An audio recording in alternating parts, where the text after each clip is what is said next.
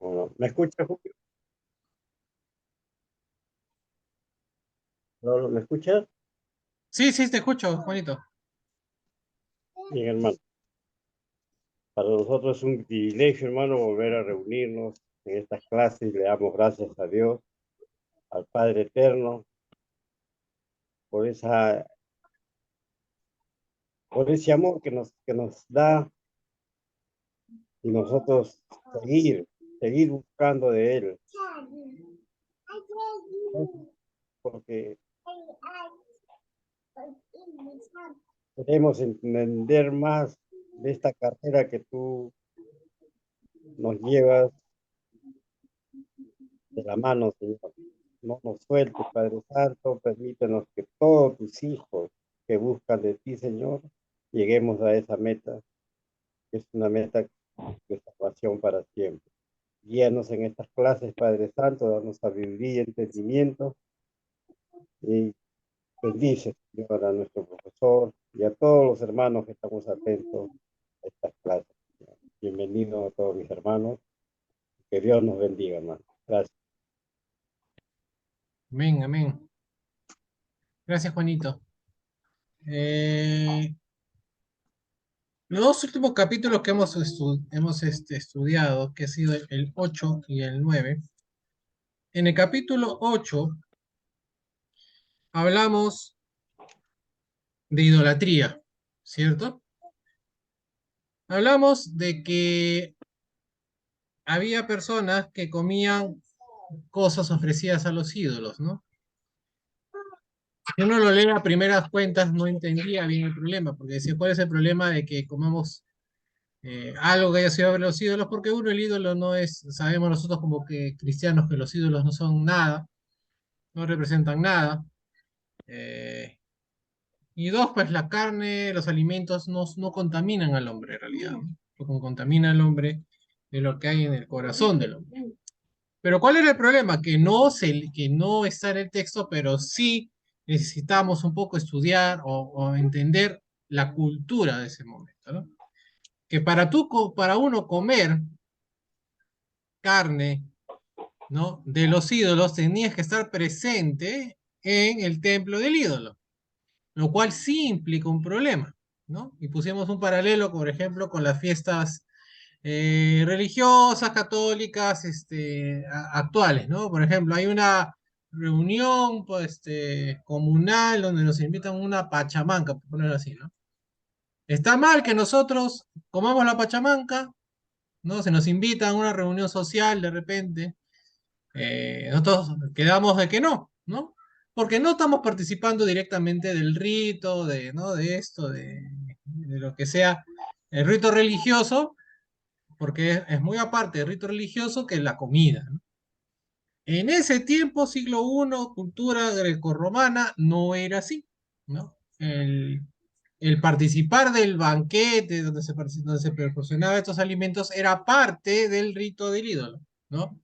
Es más, en los templos había ciertos como comedores donde las personas se acercaban y comían estos alimentos, ¿no? Entonces, lo que no está escrito, lo que les estoy diciendo, ese era el problema de idolatría. O sea, porque yo para comer carne tenía que ir al templo, tenía que ser partícipe de ese evento pagano, ¿no? De adorar, de rendir el culto a un ídolo. Ahora, ¿por qué estamos recordando el capítulo 8? ¿No? Así, como diríamos, abuelo de pájaro, ¿no? Porque vamos a volver a hablar de este tema, ¿no? Pablo va a volver a hablar de este tema en este capítulo 10. ¿Sí? Entonces vamos a hacer dos cosas. Vamos a acordarnos, los que hemos estado estudiando ya desde el principio del libro, lo que hemos estudiado en el capítulo 8, y vamos a acordarnos, como les puse en el WhatsApp, vamos a acordarnos de los sucesos. Yo sé que algunos se lo saben, de los sucesos que pasaron en el Éxodo, desde que Israel salió de Egipto hasta que Israel llegó a la tierra prometida, ¿no? 40 años de Éxodo. Vamos a corrernos algunos sucesos, porque Pablo va a hacer exégesis de algunos sucesos ahí para darnos un mensaje en este capítulo 10, ¿sí? Entonces vamos a compartir pantalla. Vamos a estudiar los primeros 5 versículos. ¿Sí? Lo vamos a leer, están con sus Biblias ahí, capítulo 10 de 1 Corintios, primeros 5 versículos. Vamos a ir leyendo. ¿Sí? Leemos entonces nuestras Biblias. Como siempre les recuerdo, los que, la hermana María Teresa, que está por primera vez aquí estudiando con nosotros, yo uso Reina Valera Contemporánea, que es la que estamos usando ya en la congregación. Cualquier versión es buena, mientras la lean, ¿no? Mientras la lean, ¿sí? ¿No? Y hago un paréntesis en esto. Si se acuerdan ustedes, cuando vimos el tema del matrimonio, ¿no? Y de esto en Corintios, descubrimos que la que tiene la traducción más fiel, ¿no? Del mensaje era la de la NBI, ¿se acuerdan? La NBI, la que tradujo mejor el capítulo este del matrimonio de Corintios, ¿no? No la Reina Valera, nuestra querida, idolatrada, amada Reina Valera del 60, no. Ni tampoco la Reina Valera de contemporánea, que es prácticamente la Reina Valera del 60 con un lenguaje más moderno, ¿no?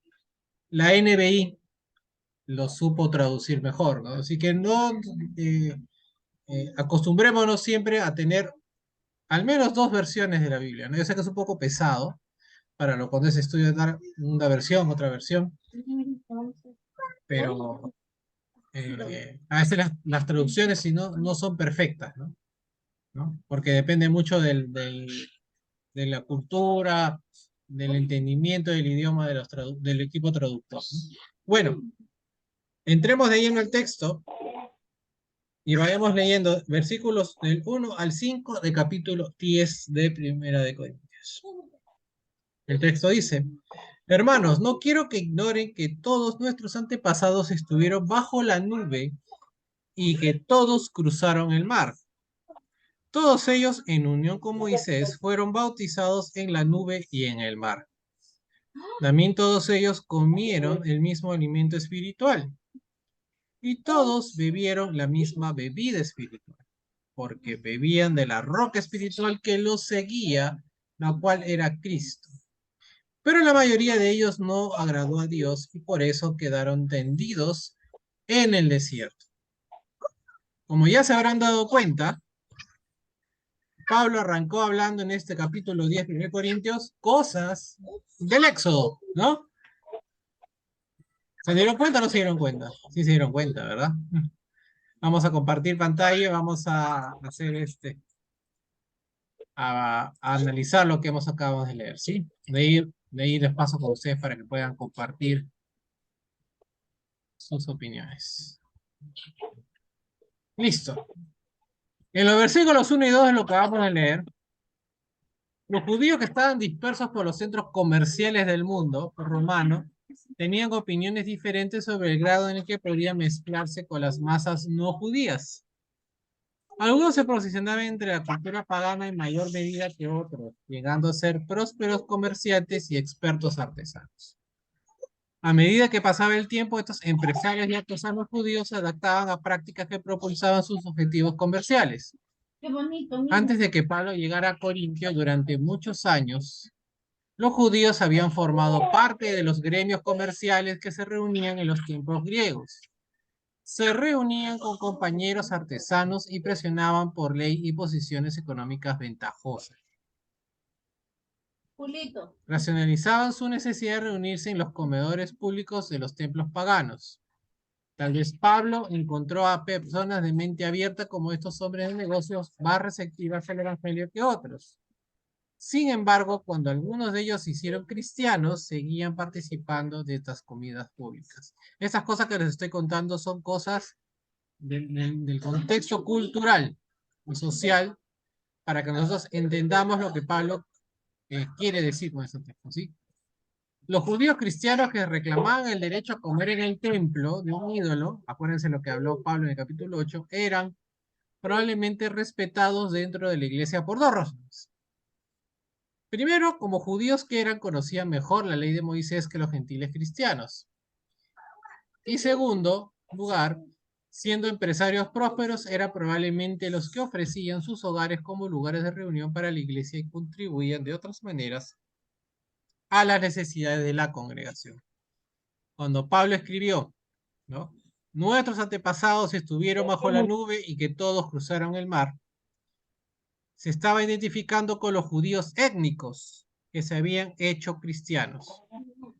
El pronombre plural nuestros probablemente incluía a Pablo y a los judíos cristianos en Corinto.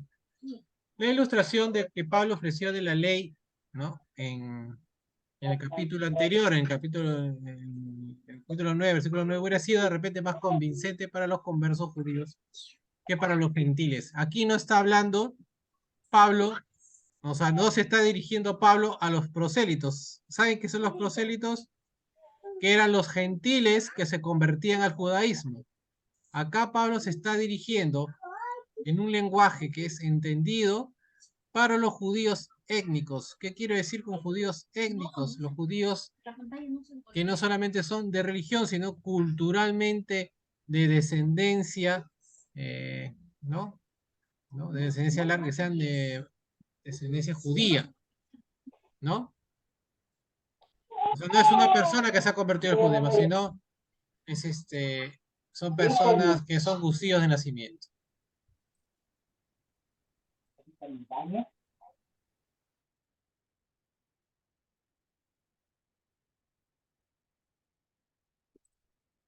El momento en el que el pueblo pasó de la esclavitud de Egipto a la libertad del desierto de Sinaí representaba la elección de Israel por parte de Dios. La nueva nación pasó de la supervisión del faraón a la supervisión de Dios, ejercida por medio de su siervo Moisés. Es cierto hasta qué punto Pablo pretendía llevar la comparación del paso de Israel de la esclavitud del pecado a la libertad en Cristo. Sin embargo, está claro que vio el cruce del Mar Rojo como un acontecimiento central para Israel. Así como el cruce del mar había cambiado el estatus de Israel con Dios, el bautismo era la línea que separaba a los salvos de los incrédulos. Moisés, el siervo de Dios, se había convertido en legislador y los israelitas le rendían cuentas a él. Viendo los acontecimientos importantes de la historia de Israel como presagios de las enseñanzas de Cristo, Pablo dijo que todos, ¿no? La nación judía, ellos, en unión con Moisés, fueron bautizados en la nube y en el mar, ¿no? Ahora bien, los 4 primeros versículos del texto, 5 veces Pablo subraya, utiliza, resalta la palabra todos, ¿no? Que en griego es pantes, ¿no?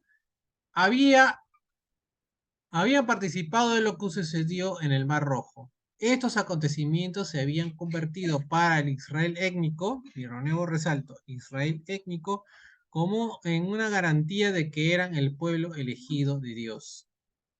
Sucesos posteriores, argumentó Pablo, demostraron que Israel se había vuelto complaciente.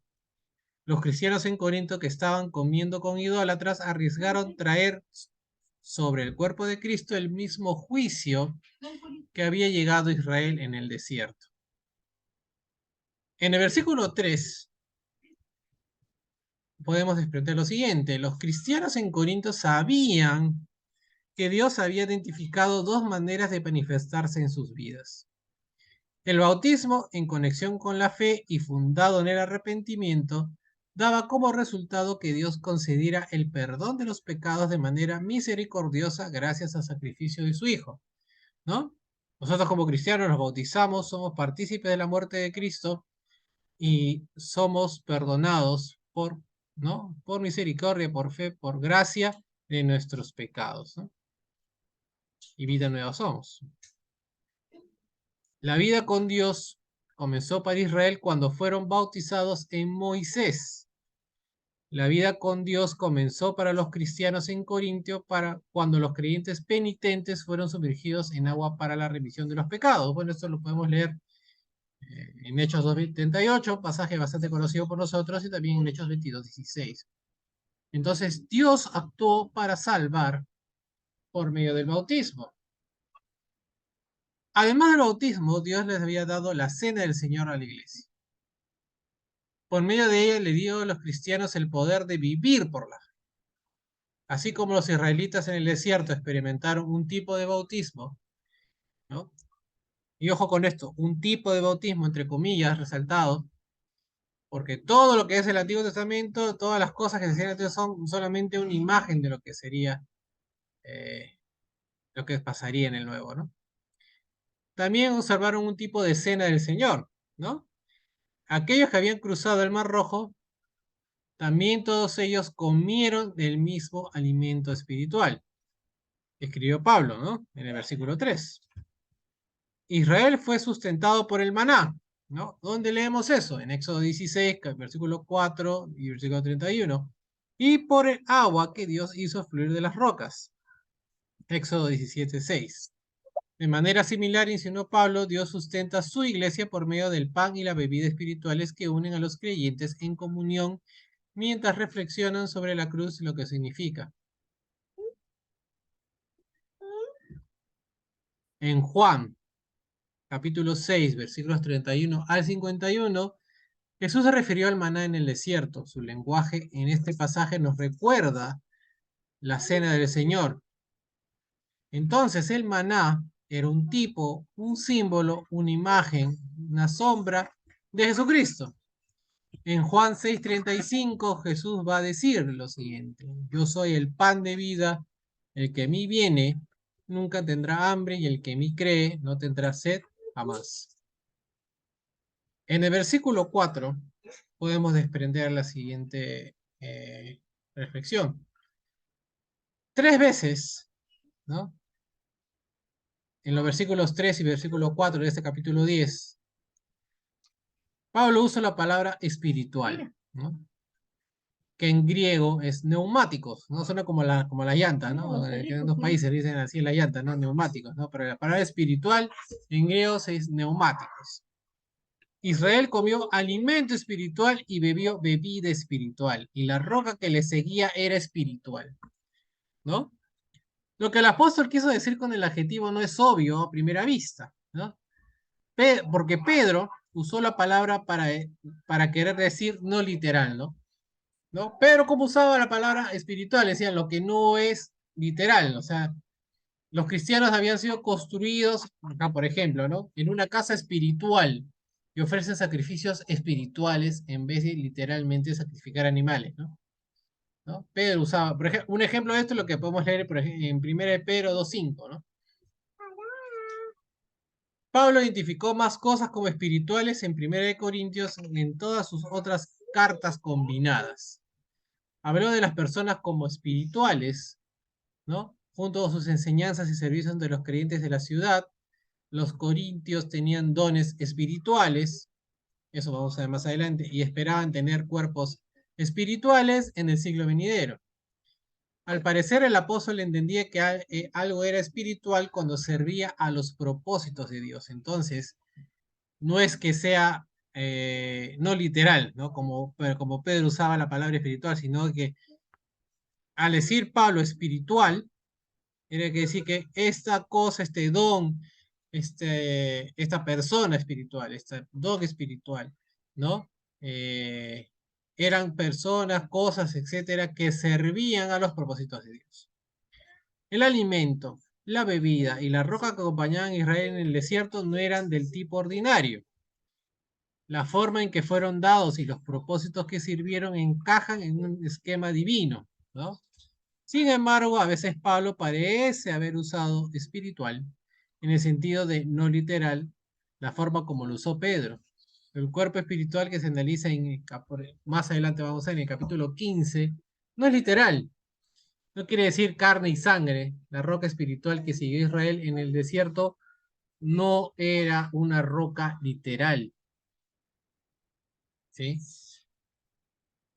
Si Pablo se hubiera detenido con alimento espiritual y bebida espiritual, creo que hasta ahí todos podríamos haberlo entendido y podríamos haber seguido con el texto tranquilamente sin detenernos. Sin embargo, añadió, porque bebían de la roca espiritual que los seguía, la cual era Cristo. Ahora, ustedes hagan su ejercicio de memoria y acuérdense más o menos de los eventos que pasaron en Éxodo, ¿no? ¿Hay alguna roca que le sigue al pueblo de Israel? ¿No?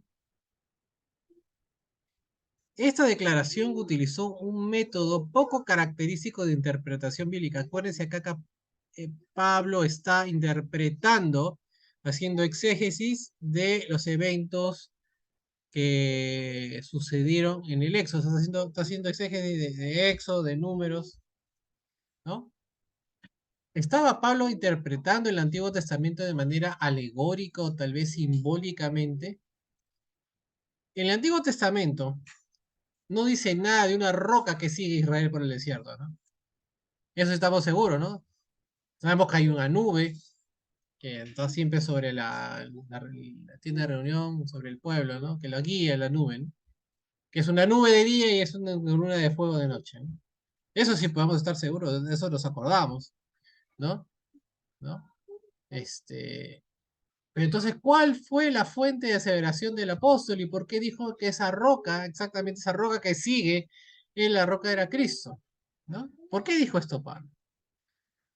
Alguna de las posibilidades asociando las imágenes de la roca con la estabilidad de Dios en su provisión para Israel. Dios sacó agua de una roca en los viajes de ellos y otra vez cerca del final, ¿no? Pongo los textos, uno en Éxodo 17:6 y el otro en Números 28, perdón. Dios siguió estando con su pueblo, suministrando las necesidades de ellos a lo largo de los años intermedios. Pablo podría haber inferido que Dios era una roca metafórica, ¿no? ¿Sí? En Deuteronomio 32:4 podemos dar luces de ello, que siguió y proveyó al pueblo durante esos 40 años. Además, Pablo y otros cristianos del Nuevo Testamento entendieron que Jesús era divino. Todo lo que Dios hizo en el Antiguo Testamento incluyó a Cristo de manera activa, y eso estamos completamente seguros, ¿no? Juan, por ejemplo, comenzó su relato del Evangelio identificando al Jesús divino como si estuviera con Dios al principio, ¿no? Juan 1:1, en el principio, ¿no? Estaba el verbo estaba con Dios y el verbo era Dios. O sea, Jesús, ¿no? Jesús, nuestro Cristo, fue creador, estuvo presente en todos los actos de Dios en el Antiguo Testamento. Si Dios es visto como la roca que siguió Israel, entonces Jesús, quien es Dios, es igualmente la roca que siguió Israel en el desierto, ¿no? Las conclusiones de Pablo se dieron de lo que él sabía acerca de la narración del Antiguo Testamento y la persona de Jesús. Para terminar este pequeño bloque, en el versículo 5, el pueblo de Israel recibió bendiciones profundas de parte de Dios. Él los eligió para que fueran su pueblo. En el Mar Rojo experimentaron un tipo de bautismo. Dios les proporcionó alimento y bebida espiritual, sin embargo se apartaron de él. Por lo tanto, los alcanzó la calamidad, ¿no? En el versículo 5 leemos, nosotros quedaron tendidos en el desierto. La idolatría y el castigo de Israel fueron usados como una advertencia para los corintios. Los cristianos que se comprometían participando en ritos paganos estarían tan alejados de Dios como se había alejado Israel. Israel sirvió como un excelente ejemplo para este sentido, ¿no? Ni la idolatría ni ningún otro pecado puede excusarse alegando circunstancias excepcionales, ¿no? Un ladrón, un adúltero o un mentiroso pueden alegar que el pecado era comprensible en su caso. Ninguna consideración atenuante, sea conocimiento, amor, necesidad, puede volver aceptable un acto pecaminoso. Pablo estaba mostrando que los israelitas cuando se volvieron a los ídolos en el desierto, no eran más rebeldes contra Dios que los cristianos que comían en el templo de un ídolo. Ninguna racionalización ni iluminación pretendida podría transformar esta práctica idólatra en una comida inocente compartida con otros intereses similares, ¿no? Yo soy buena persona, robo porque mi familia necesita cosas, ¿no? No hay excusas para el pecado, hermanos. Vamos a conversar un poquito. Acá Pablo se mandó con su exégesis de los eventos del Éxodo y sacó que la roca seguía, había una roca que caminaba por ahí con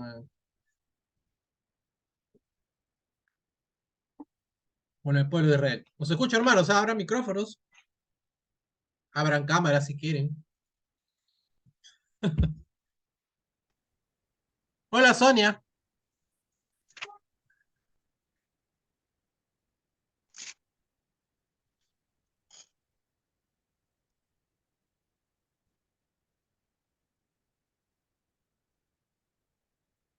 A ver, ¿qué pasaje les llama la atención?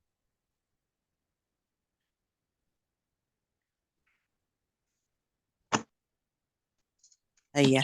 Quería saludar y no podía. No sé Ah, qué sacaba. Me salía otra cosa. ¿Cómo están, hermanos? Buenas noches con todos. buenas noches. Bueno, ¿Qué tal, Juanito? acá Pablo menciona que los israelitas tuvieron una especie de bautismo, ¿no?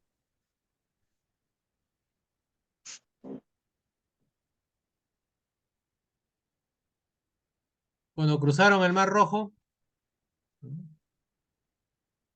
Pablo lo considera como un tipo de bautismo, ¿no?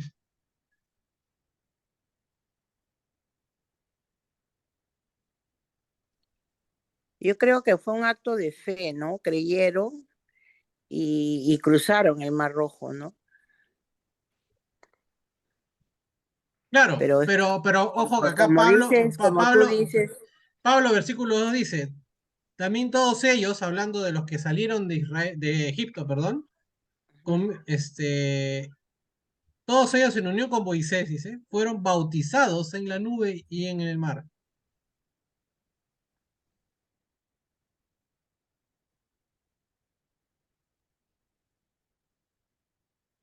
Ah, no se preocupe, Teresa, mientras nos estás escuchando, todo bien. Gracias por acompañarnos más bien. Eh, ¿Qué señales eran visibles? ¿No? La nube, ¿no? La nube guiaba al pueblo de Israel y lo guió a través del agua, ¿no? Acuérdense, la figura del agua es importante en las escrituras, ¿no? Moisés, ¿no? Fue salvado en las aguas del río Nilo, ¿no? Moisés guió a través de las aguas al pueblo de Israel para que salgan, ¿no? De la esclavitud de Egipto, una nueva vida, ¿no? ¿No? Les da una nueva vida al pueblo de Israel. Pero el pueblo de Israel va a cometer cosas, ¿no?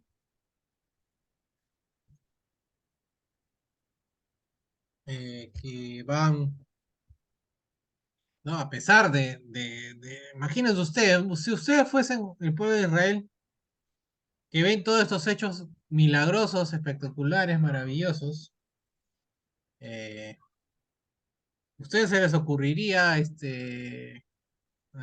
las horas, a los minutos, a los días, este, idolatrar contra Dios?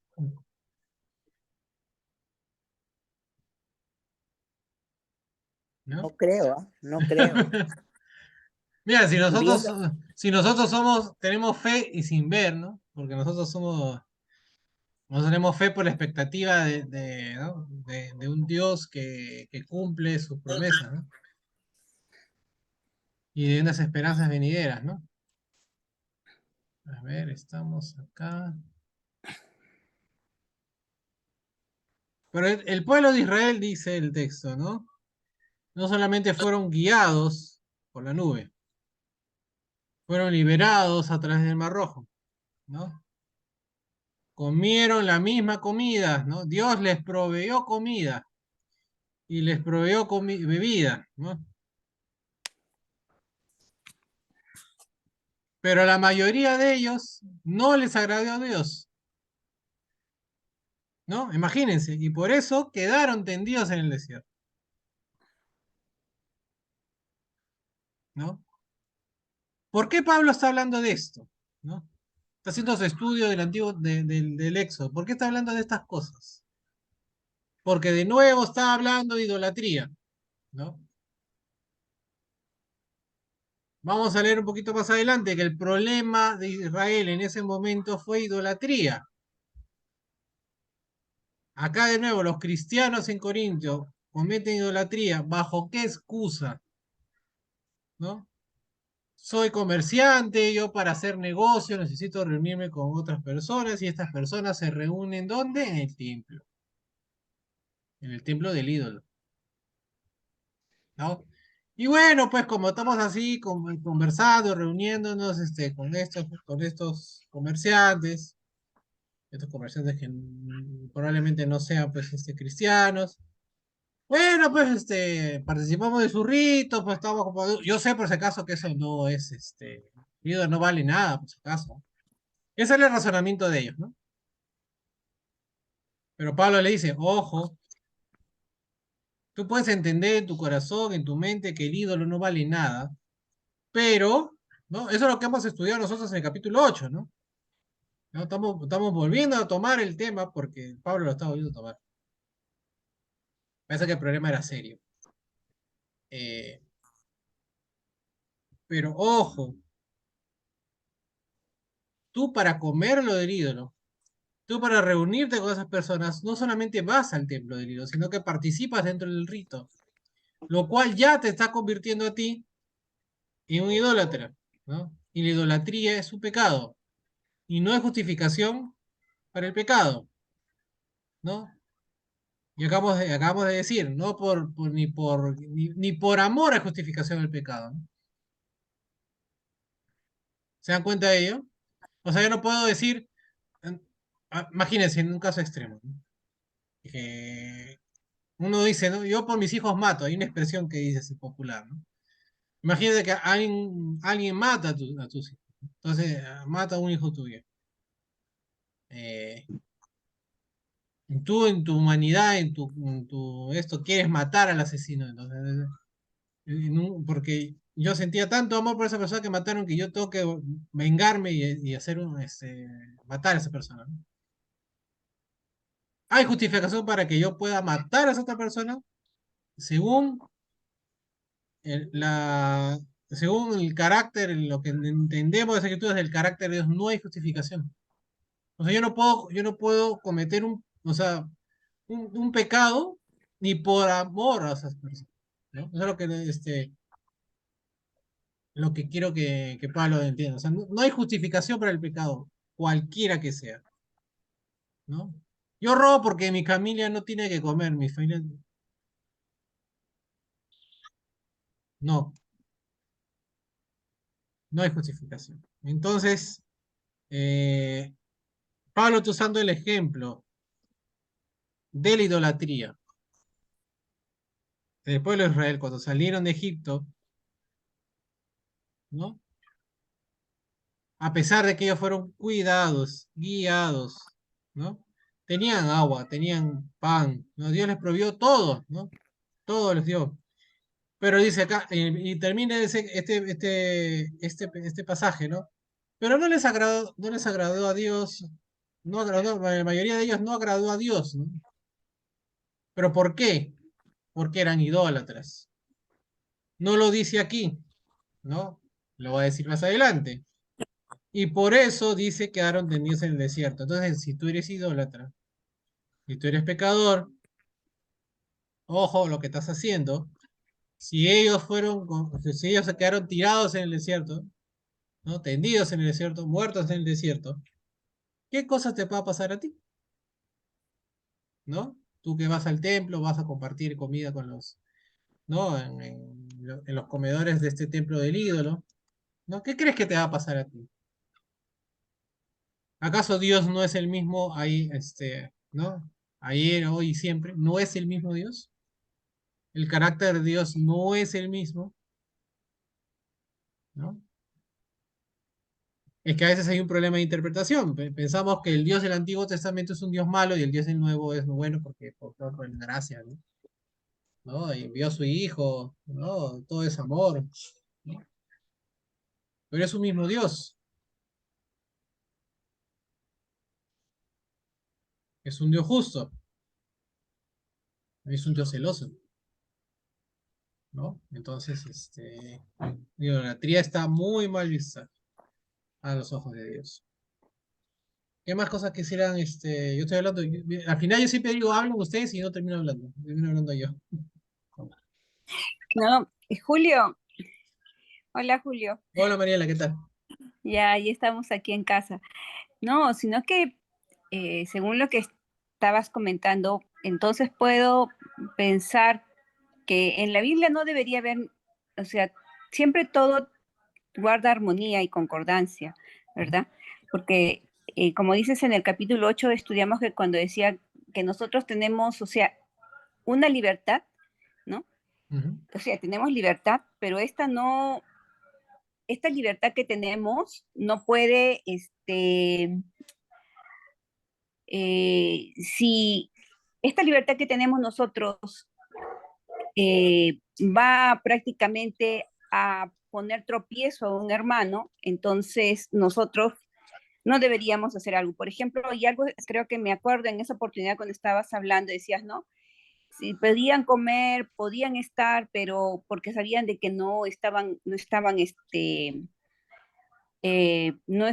pues rindiendo culto, ¿no? Entonces, pero sin embargo, si estaban con una persona la cual no conocía y definitivamente el comer era una causa de que ese hermano cayera, entonces no lo deberían hacer. Ujú. Entonces, sin embargo, ahora también en esta parte ya hablan hacer, ya a Pablo indica de que de todas maneras, si está participando dentro de esa comida, ¿no? Entonces ya que tuviera cuidado porque en todo caso estaría de alguna forma ya en una situación de idolatría, o sea, participando de idolatría, Ujú. ¿no? Eso es lo que más o menos un poco que de repente me estoy confundiendo. No, Quería estás preguntarte eso. bien, estás bien. Si no, como comentamos cuando estudiamos el capítulo 8, que es la primera vez que toca el tema de la idolatría, el, el problema no es la comida, ¿no? Ya hemos puesto un ejemplo, ¿no? Por ejemplo, se inventan un evento social, no, la Virgencita X, ¿no? Y hay comida, ¿no? Bueno, tú vas, comes tranquilo, no hay problema. Tú sabes que eso no tiene nada, o sea, en tu mente, tu corazón no tiene nada que ver con Dios, ¿no? Pero no estás participando del rito, ¿te das cuenta? Es un evento, la comida es un evento fuera. O sea, la excusa que se hayan reunido por la Virgencita X es otra cosa, pero la comida no se da dentro del rito, ¿no? De este rito religioso, fuese cual fuese, ¿no? Te voy a poner un ejemplo de Virgencita porque acá estamos en Perú y creo que cuando digo este ejemplo lo entendemos perfectamente, ¿no? Sobre todo los que tenemos amigos, familiares, etcétera, de la sierra, ¿no? ¿No? Así funciona, ¿no? Pero, ¿qué pasaba? ¿Qué pasaba exactamente en el tema aquí en Corinto, ¿no? Para tú comer, para tú tener acceso a la comida, ¿no? A estas comida, carne, viandas, o como lo vimos en el capítulo 8, tenías que estar presente, y no solamente presente, partícipe del rito, ¿no? Es como que todos estamos en un comedor sentados y en el mismo comedor donde nos vamos a sentar a comer, ahí está sucediendo el rito a este ídolo, ¿no? Pero ¿qué pasa? Está como en el Congreso, ¿no? Hago mi libre, ¿no? Mi auténtica interpretación del texto, ¿no? Entonces digo, yo soy cristiano, pero, a ver, voy a ir, pues yo sé en mi corazón, Dios, que no, el ídolo no funciona. Así yo diga, salve ídolo y me coma la comida, ¿no? Yo en mi corazón sé que eso no sirve, ¿no? El ídolo es una estatua de yeso, de barro, lo que sea. Pero lo que dice Pablo, no, pero así no funciona, pues, ¿no? ¿No? O sea, tú estás sentado frente del ídolo, ¿no? De repente haciendo alabanzas al ídolo, ¿no? Porque esa era la parte ritual de esto, ¿no? ¿No? Y para tú, o sea, para tú acceder a esta comida tienes que ser partícipe de la parte ritual. A mí no me vengas a contar cuentos de que no estás idolatrando porque sí lo estás. No, pero yo no creo. Pero estás participando, ¿no? Y pero qué, ¿cuál era la excusa de ellos, no? Y ya más o menos hablábamos de un contexto social, ¿no? Que muchas, de repente, muchas de estas personas, estos judíos que iban a los templos sirios eran para mantener buena relación social con la gente que era comerciante, ¿no? ¿No? Para artesanos, etcétera, ¿no? Sí, para mantener buenas relaciones comerciales, ¿no? O sea, buscaban su conveniencia y al buscar su conveniencia buscaban, hacían cosas que no debían hacer, ¿no? Y Pablo usa este ejemplo de Israel saliendo de Egipto, porque no, que ahora lo vamos a ver, no sé cómo estamos de tiempo, para avanzar un poquito más, no va a cometer uno, sino dos actos fuertes de idolatría.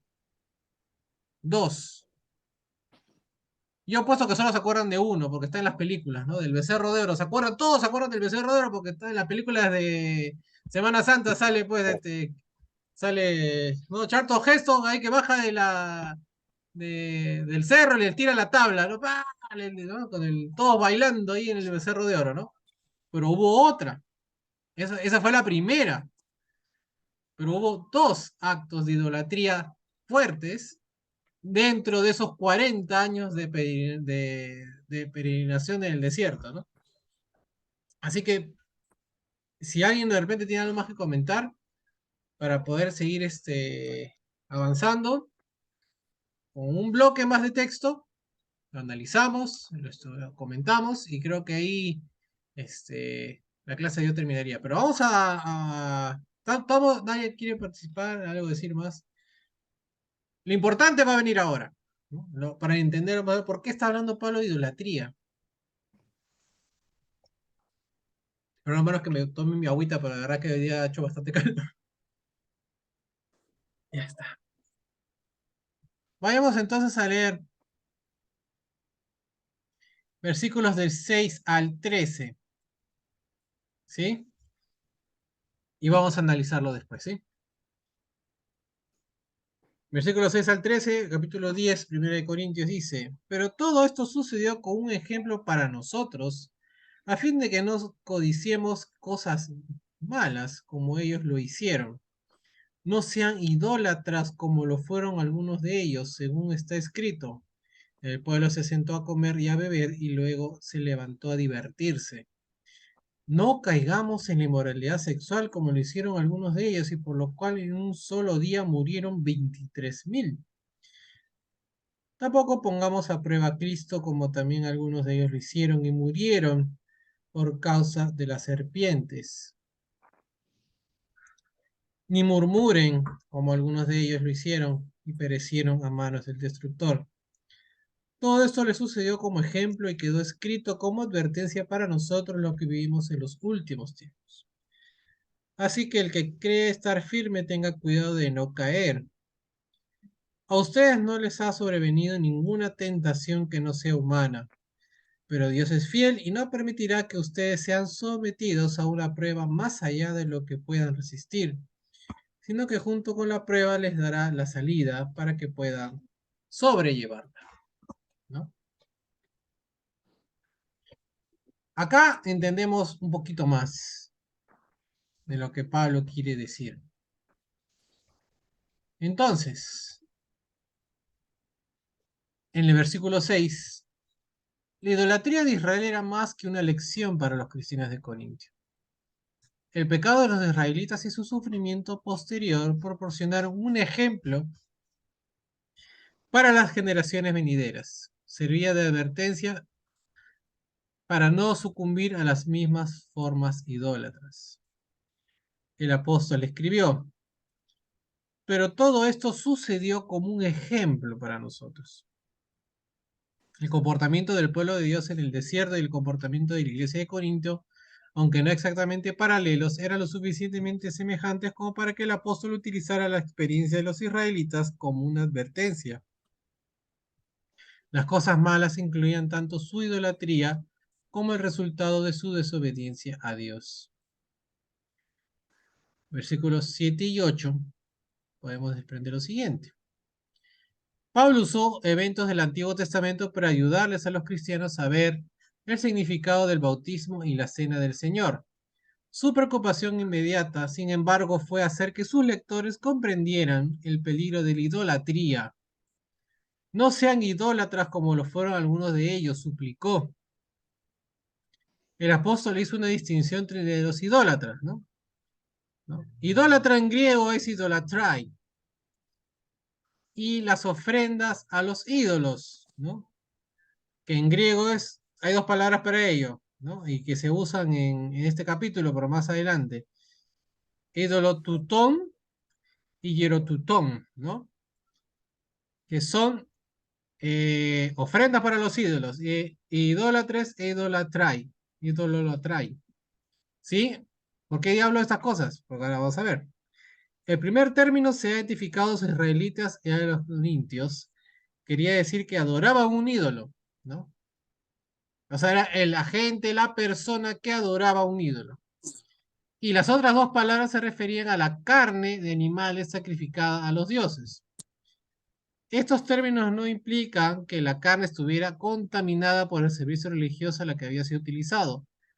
Apuntan a lo que se hizo con la carne. ¿Sí? Pero esta carne, les puse yo el ejemplo cuando estábamos leyendo capítulo 8, por ejemplo, ¿no? Lo que es la carne halal, lo que es la carne ¿no? Kosher, ¿no? Eh, la res la corta de cierta manera, con ciertos ritos de la cultura musulmana, de la cultura judía, ¿no? ¿No? Y si yo, por ejemplo, compro carne en estos lugares donde venden carne, ¿no? Donde el dueño de la carnicería vende carne destinada para estos, o una de estas dos religiones, tanto musulmán como judío, no, el hecho de que haya sido asesinada, tratada de una forma religiosa, no implicaba que la carne sea contaminada, porque el rito, ¿no? Que haya sido por un rito, un dios ajeno, etcétera, no contaminaba la carne, ¿no? Lo que contaminaba la carne, lo que hacía, ¿no? Que tú no pudieras comer la carne, era dónde te la estabas comiendo, ¿no? ¿No? Lo que se estaba haciendo con la carne, ¿no? Y de nuevo regresamos al punto, ¿no? Había gente que comía carne, ¿no? ¿no? De los ídolos, no porque el ídolo haya contaminado la carne, ¿no? Con su bendición, con su halo, con su espíritu del ídolo, ¿no? Porque el ídolo no sirve para nada, el ídolo es una cosa de barro, ¿ya? Sino que tú para comerte la carne estuviste en un templo participando en un rito pagano, ¿no? ¿No? A eso se refiere Pablo, ¿no? ¿No? Apunta a lo que se hizo con la carne, no que la carne sea contaminada por un servicio religioso X. Los israelitas no habían hecho ninguna pretensión sobre la adoración de ídolos. El pueblo se sentó a comer y a beber y luego se levantó a divertirse, ¿no? Ese dice el texto aquí, ¿no? Que hemos leído. En contraste, los coritos trataron de hacer distinciones inteligentes entre la idolatría y los procesos por los que rendían homenaje a los ídolos, ¿no? Ellos quisieron ser más inteligentes, entre comillas, ¿no? Argumentaban que solo aquellos que creían en los ídolos podrían ser idólatras, ¿no? Yo no soy idólatra porque yo no creo en el ídolo, ¿no? Esa era su excusa de ellos. Como resultado, negaban cualquier necesidad de cambio, ¿no? ¿Por qué voy a dejar de hacer lo que hago? Porque yo no creo en el ídolo, no soy idólatra, ¿no? Esa era la cabeza dura de ellos, ¿no? El arrepentimiento escapaba a la comprensión de ellos porque se negaban a admitir cualquier ofensa contra Dios o cualquier necesidad de eliminar este pecado de sus vidas. El pasaje que Pablo está parafraseando, ¿no? Que es Éxodo 32:6, hablaba de la idolatría del pueblo y dijo que se sentó a comer y a beber y luego se levantó a divertirse. Ese es el texto que está parafraseando de Éxodo 32:6.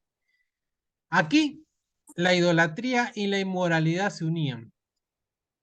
Sea que las deidades fueran egipcias, cananeas o griegas, los moabitas, amonitas, amorreos y otros cananeos dieron nombres diferentes a sus dioses. Sin embargo, aparte de los nombres, los cultos de fertilidad eran básicamente los mismos.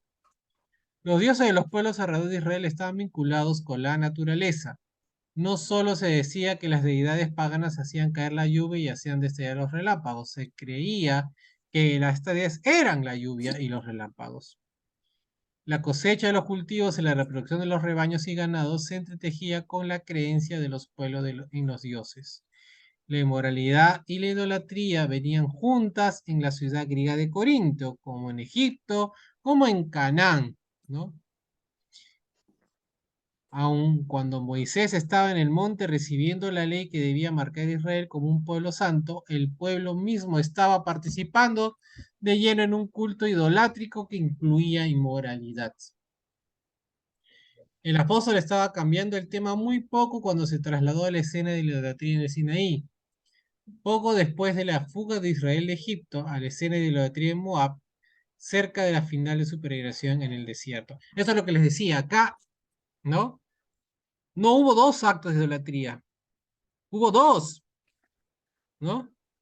¿Y cuál fue el último? Ya casi al final de, de la peregrinación, casi al final de los 40 años, hubo una escena de idolatría de Moab, ¿no? Y eso está en Números capítulo 25, por si no se acordaban, ¿sí? Porque todos nos acordamos porque están las películas del Becerro de Oro, pero no nos acordamos de la idolatría de Moab, ¿sí?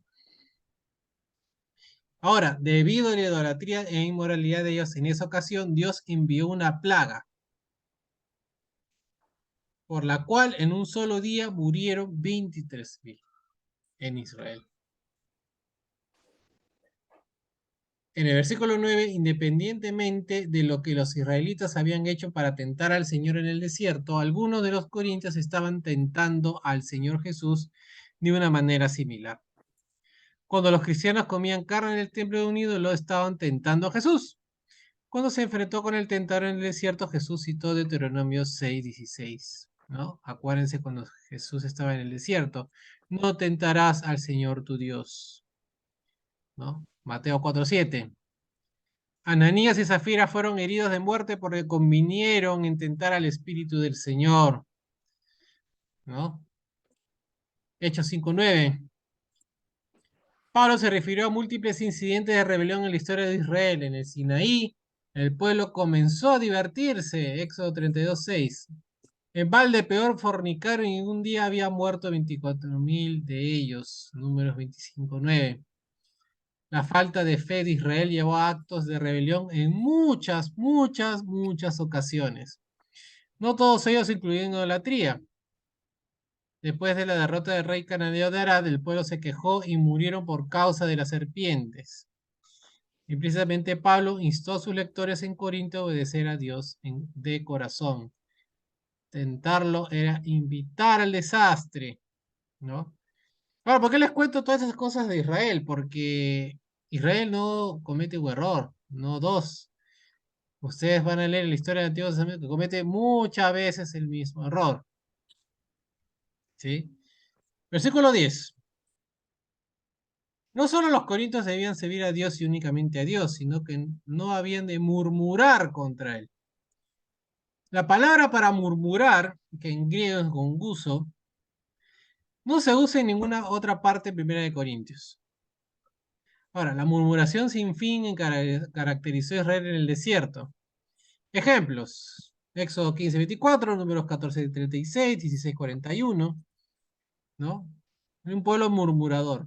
Ahora, el murmurar es un hábito tan terrible, ¿no? De todos los pecados de Israel en el desierto parecía estar abajo en la prioridad de la lista de pecados a tratar. Tal vez Pablo lo mencionó porque aquellos que querían comer en los templos de los ídolos habían murmurado contra él. Ahora, otra posibilidad es que habían escuchado informes sobre murmuraciones generales relacionadas con la división en la iglesia de Corinto, ¿no? Esto de murmurar, ahora que recuerdo, eh, afectó a los mismos hermanos de Moisés, ¿se acuerdan? Eh, Moisés, eh, Los hermanos de Moisés murmuraron, decían, ¿por qué tiene Moisés con Dios? ¿Acaso nosotros no tenemos con Dios? Inclusive hablaron mal de la esposa de Moisés, ¿no? Hablaron de que su esposa era una cusita, ¿no? Y si ustedes no saben qué era una cusita, entonces es como decir, eran personas de piel oscura. Entonces podemos inferir ahí que eran un acto, era como una murmuración racista hacia la esposa de Moisés, ¿no? ¿Sí? ¿Y qué les pasó? Pues se quedaron, se enfermaron y demás no pudieron estar ahí en la campaña, en la tienda, ¿no? Bueno, aquellos que murieron en el desierto, posiblemente los que hicieron lo mismo en Corinto, estaban advertidos de que podían perecer a las manos del destructor. El apóstol no identificó más al destructor. Antes de que la 10ª plaga descendiera sobre Egipto, Dios le dijo a Israel que pusiera sangre en los postes de la puerta y en los dinteles de sus casas. ¿No? ¿Se acuerdan eso? Cuando Dios hirió a los egipcios, no dejaría entrar al heridor en las casas marcadas con sangre. Destructor o heridor parecía ser una personificación del juicio de Dios sobre Egipto. Ahora, nos podemos dar luces en algo más. En Salmo 78:49, la furia del juicio de Dios sobre Egipto es equiparada a un ejército de ángeles destructores. Pablo no veía al destructor como una entidad separada de Dios. El término vuelve a aparecer como una personificación de la justa indignación de Dios que éste estaba listo a derramar contra la idolatría, la inmoralidad, la murmuración y la rebelión.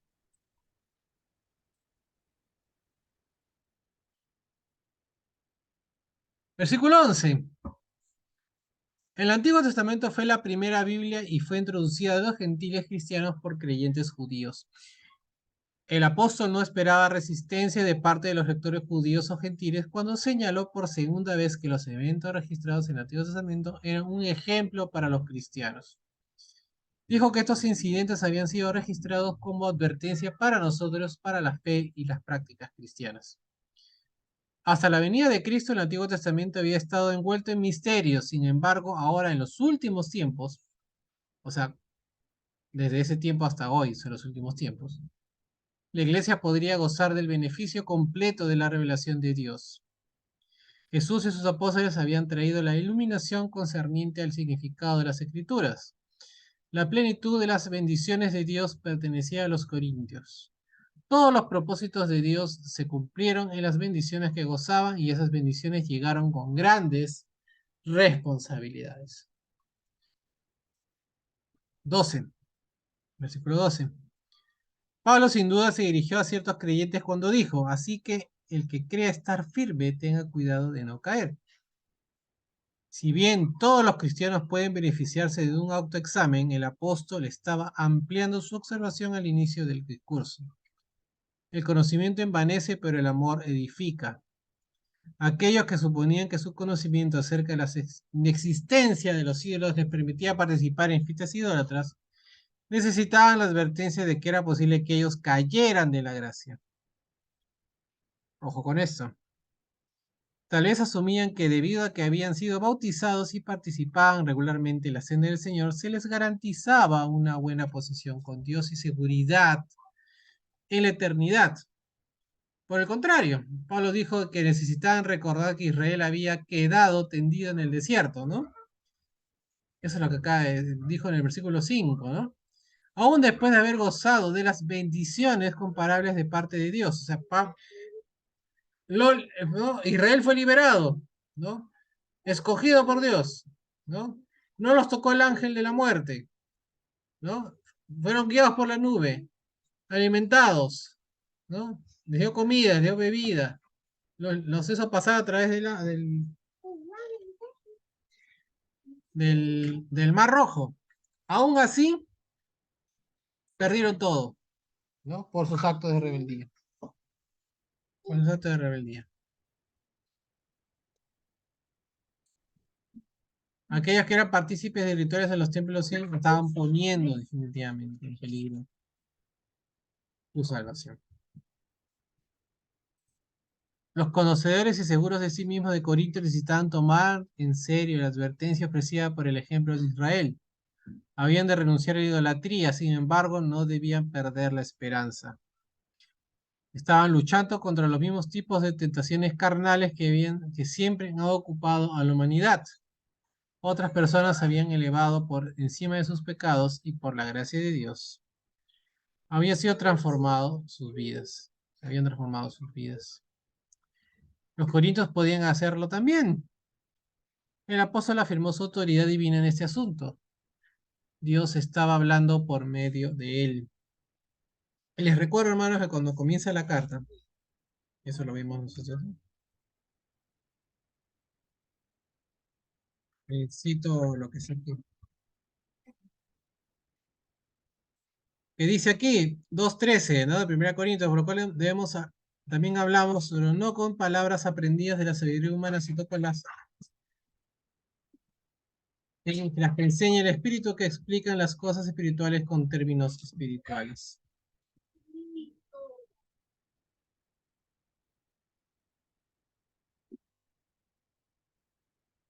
Y comienza la carta diciendo: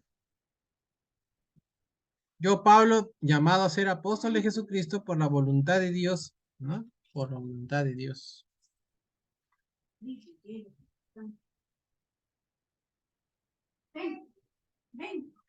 Para terminar, versículo 13, Moisés le había explicado más adelante a Israel claramente que Dios les había estado probando en el desierto. Y eso lo vemos en Deuteronomio 8, 2 y 16. En el proceso algunos habían caído mientras otros se habían fortalecido. Los corintios necesitaban la seguridad de que las pruebas de Dios no irían más allá de lo que podían soportar. Podían surgir más fuertes en la fe. Puede que la tentación sea severa, sin embargo, Dios puede salvar a su pueblo. Eres fiel. Dios ama a su pueblo en Corinto y se aseguraría que tuvieran la capacidad de resistir cualquier tentación que les viniera y no permitiría que los cristianos fieles se abrumaran.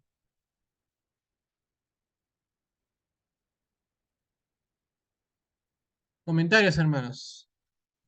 De repente fue un poco denso con la explicación, pero vamos a ir de a poco. De repente donde se han quedado, ahora les quedó duda, vamos a comentar. Julio, entonces estoy entendiendo que específicamente acá se hace referencia a los corintios en relación por ejemplo, el acto de estar en actividades, ¿no? Que en este caso eran de idolatría, ¿no? Que era de repente de los mismos corintios, pero ya ellos al socializar o al estar por X razón, que puede ser por la cuestión del comercio, de sus actividades, ¿no? Eh, entonces, pero el hecho de participar ya Pablo les está indicando, ¿no? Que puede ser, o no, no que puede ser, sino que ya prácticamente ellos están participando de o ya participaban, mejor dicho, ¿no? Porque haces el comentario de que cuando ya estaban allí y comían es porque de alguna u otra manera habían participado en el ritual, ¿no? Sí, sí. Entonces ya prácticamente ellos no estaban haciendo bien, ¿verdad? Entonces, ahora, Pero esto, el problema era que ellos creían ya, que podían excusarse diciendo, no, pero yo no creo en el ídolo, por si acaso. ay, Ese era el problema. ya, o sea, yo no creo, y como yo no creo, aún yo esté participando allí, o sea, esté parado, esté allí, ¿no? No ocurría nada, no estoy mal porque yo no creo, ¿no? Pero sin embargo, el hecho ya de estar, ya él le dice de que definitivamente ya no está haciendo bien, ¿no? Claro, entonces es como el ejemplo que tú decías, ¿no? Hace un rato, ¿no? Yo robo o yo hago esto o yo mato por mi hijo, ¿no? O sea, de todas maneras, claro, el hecho de matar ya es un pecado, ¿no? Aún sea por algo que podríamos decir, hubiese alguna razón, ¿no? De repente llevado en el caso de un padre que ama a su hijo, ¿no? Pero eso no excusa de que ya esté cometiendo un pecado, ¿no? Y claro, a eso quería, o sea, eso es con respecto al ejemplo que nos diste para más o menos entender lo que estaba diciendo acá Pablo también, ¿verdad? Ujú. Ahora que Pablo también menciona que algo fuerte de este pasaje es que él dice que la idolatría, eh, así como en Israel en ese momento, iba de la mano, ¿no? Con la inmoralidad.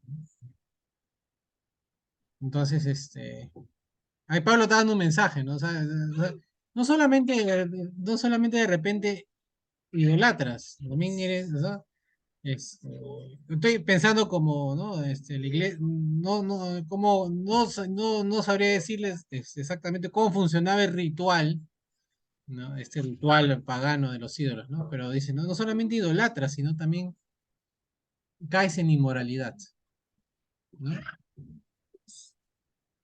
Por ejemplo, cuando nos acordamos de la película Los 10 Mandamientos, ¿no? Vamos a acordar, o sea, hemos visto 20 veces mínimo menos esa película, ¿no? Están en el becerro, están bailando, están tomando, ¿no? Están ahí, no, solamente están idolatrando, están haciendo actos inmorales, por decirlo así, ¿no? ¿No? ¿Se acuerdan la película, no? Se acuerdan porque la película es recontra conocida, ¿no? Entonces, un pecado lleva a otro, ¿no? Y así como ellos perecieron, no te creas seguro, ¿no? No te creas seguro.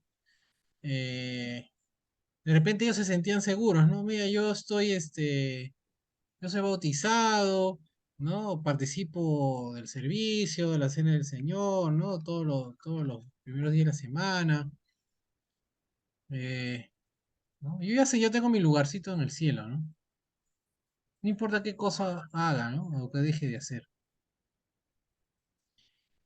Y ese problema, hermanos, ese problema está en la iglesia del siglo I y está en el siglo del XXI, ¿no? Entonces, Ananías y Zafira perdieron todo por tentar a Jesús, por tentar perdón, a Jesús, bueno, por tentar a Dios, ¿no? Por quererse, como decimos nosotros los vivos, ¿no? No, vamos a guardarnos un dinerito, ¿no? Total, Dios no se va a enterar. Tremenda mentira, ¿no? Ujú. Para mí lo que habla Pablo en esta carta a los Corintios, como tú dices, ¿no? Desde el capítulo 1 sucedió, él lo toma para que escuchen todos y escuchemos todos, ¿no? En la actualidad estamos viviendo ese camino. Si salió su pueblo de Egipto, era porque estaban esclavos.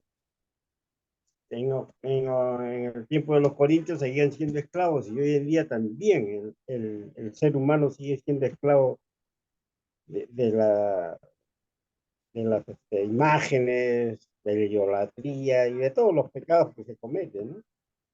Es por eso que se manifiesta de esa manera Pablo para que entienda, ¿no? Y leemos nosotros la carta para entender también que han pasado 21, ¿no? 21 siglos de existencia y estamos casi en lo mismo, ¿no? Claro. Porque estamos, Ujú. tú has comentado, en el siglo XXI está pasando lo mismo. Y Correcto. es una advertencia bastante dura que hace Pablo, porque, eh, mira, ellos murieron, ¿no? Dios los eligió, los salvó, los protegió, los alimentó, les dio comer, agua, todo lo que necesitaba Israel. Sin embargo, Aún así, no hicieron actos de idolatría no una vez, sino dos veces. 2 veces, Murmuraron contra Dios. claro, renegaron en un Entonces, momento para ahora, hacerme la de que sean el pueblo elegido de Dios, ¿no? El pueblo amado de Dios, significa que vas a estar con Dios a pesar de que tú hagas lo que te dé la gana, ¿no? De que le ofendas a Dios. ¿No? El mensaje de Pablo es no, porque ellos murieron, ¿no? Ahí perecieron 23.000 personas, ¡prum! ¿No? Y yo les pongo ejemplos, ¿no? No solamente hace eso Israel. ¿no? Israel comete una y otra y otra y otra vez a lo largo de su historia como nación en el Antiguo Testamento, comete, ofende a Dios, ofende a Dios. Siempre está en ese trance, ¿no? Ofende a Dios, se aleja de Dios, regresa a Dios. Aleja de Dios, regresa a Dios. ¿No? ¿No? por lo continuo. Entonces, ojo, ojo cristiano de Corinto. Si tú haces esto, ¿no? Tú eres idólatra, ¿no? Eres inmoral, murmuras, ¿no? Estás Estamos hablando de las cosas que habla este texto. No estamos hablando de pecados que nos estamos inventando ahorita. No, no. El texto está acá. Acá Pablo habla. Mira, vamos a.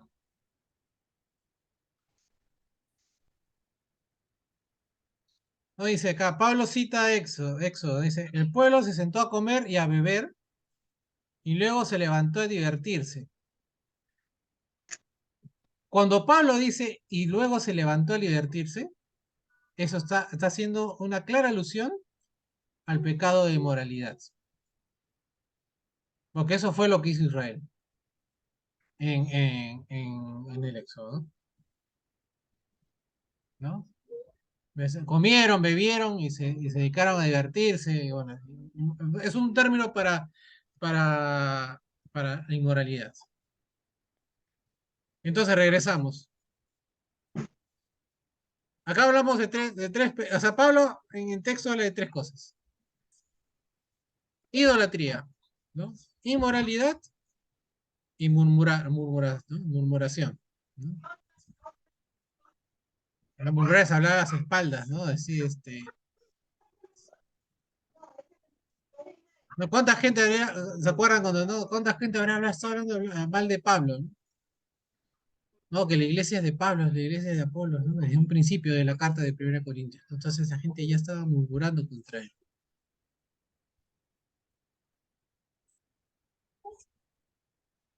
Pero el espíritu de este texto que hemos leído es: tú haces esto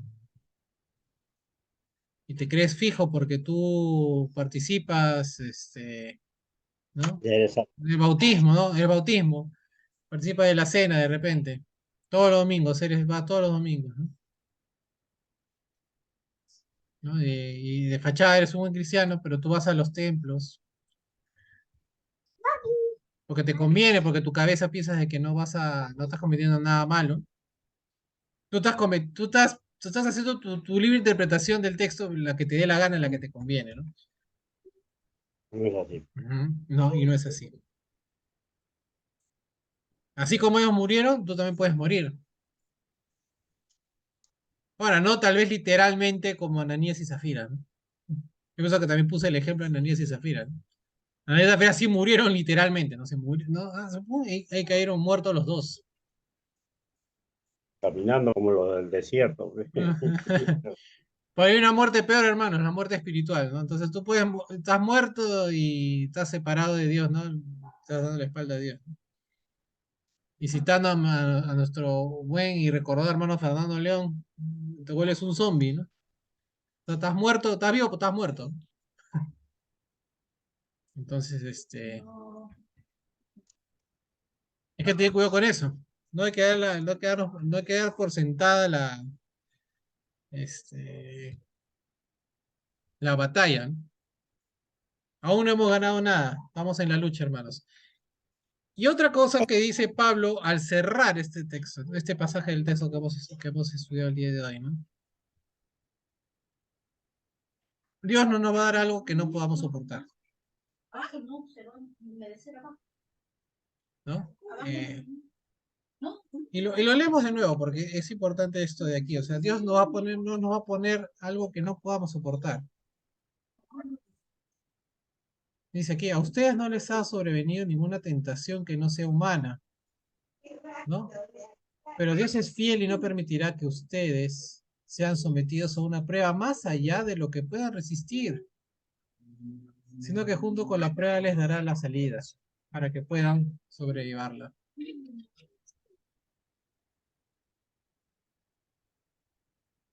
La vida cristiana, hermanos, necesita, ¿no? El cristiano necesita eh, las pruebas, ¿no? Necesita la tribulación, por decirlo así, que nos llevan a madurar como cristianos.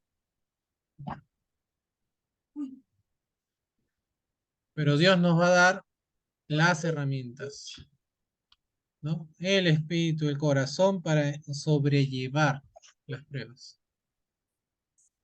Pero si nosotros nos alejamos de Dios, obviamente las pruebas se nos van a hacer enormes, ¿no?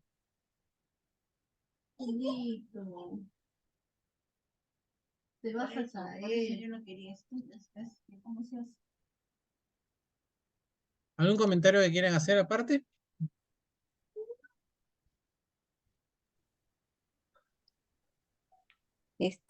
Julio, Sí, ya te escucho. solamente que estoy entendiendo entonces, más o menos, si no me equivoco, es que, bueno, no debemos confiarnos en que ya somos salvos, ¿no? Porque podemos caer, ¿no? Entonces, y, pero, de todas maneras, como dicen también allí, es que Dios no nos va a tentar si es más allá de nuestras fuerzas. O sea, no, no debemos estar confiados, ¿no? Pensando de que, como dice, ya estoy bautizado, ya hago de repente, ¿no? Esta actividad, asisto a la iglesia y hago esto, otro. No, porque de todas maneras, pues puede haber alguna circunstancia que me puede hacer caer, ¿no? Eh, y sobre todo que ahí también nos está exhortando Pablo a tener mucho cuidado, ¿no? Con las cosas que hagamos, ¿no? Eh, y sobre todo también creo de alguna forma que no juguemos con el pecado, ¿no? O sea, no digo porque soy fuerte, porque Dios me acompaña, no importa, me voy a ir por este camino que es peligroso y no me va a pasar nada, ¿no? Pero no se trata de eso, ¿no? Sino que como seres humanos nosotros tenemos que tener el cuidado, discernir también, ¿no? ¿Qué es lo que estamos haciendo? Si es bueno o si es malo. Y sobre eso porque nosotros somos quien tomamos decisiones, ¿no? Dios nos da el libre albedrío. Pero siempre tomando en consideración lo que Él nos dice en su palabra en relación a la obediencia, ¿no? Es eso. Gracias, Julio. No, de nada, Mariela. Otra cosa que también destaca de este texto es que no debemos, o sea, no debemos sentirnos autosuficientes, ¿no? Los corintios tenían ese problema, ¿no?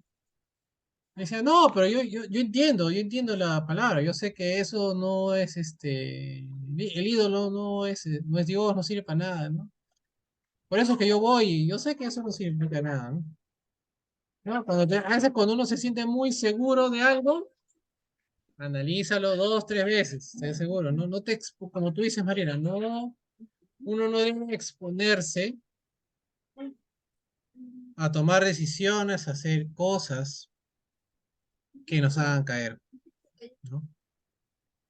¿No? Nosotros nos conocemos a nosotros mismos, ¿no? A veces decimos, no, pero si yo me veo con esta persona, no va a pasar nada, no voy a caer, no voy a hacer nada, no va a pasar nada, ¿no? Pero eh, sí, mejor si no hacemos eso. O voy a hacer tal cosa, pero no va a pasar nada, ¿no? O me voy a reunir con ciertas personas que no, pero no es. Es como quien se encuentra con sus amigos ¿no? Cuando uno ha sido, pues, juerguero y después se encuentra con un amigo, cristiano y te vuelves a cuando pues vamos a salir. No, salimos, pero no va a pasar nada. Lo más probable es que pase algo. No salgas con ellos. Eh, Así de simple, ¿no? No exponerse, ¿no? Hay que cuidarnos, no solamente cuidarse uno, cuidarse entre nosotros. porque somos hijos de Dios, somos valiosos, ¿no? Entonces, Pablo, a pesar de que somos hijos de Dios y valiosos, también nos dice el mensaje, ¿no? Pero tus actos te pueden hacer perder todo lo que has ganado, todo lo que Dios te ha dado. Así como Israel le dio comida, le dio bebida, ¿no? Le dio guías, ¿no? Para poder salir de esa esclavitud. Nosotros no somos hijos de Dios por gracia. No hay nada que nosotros hayamos podido hacer. O sea, Dios nos da ese regalo, ¿no? Y podemos perder eso también por nuestros actos. Bueno, hermanos, siendo la hora avanzada, nos despedimos. Gracias por acompañarme en este retorno a los estudios de 1 Corintios. Nos vemos el siguiente viernes. ¿Qué día cae? Si no es viernes 17, si no hay nada importante, Dios mediante, nos vemos el siguiente viernes, hermanitos. Gracias, Julito. Muchas gracias. Gracias, Julio. Gracias.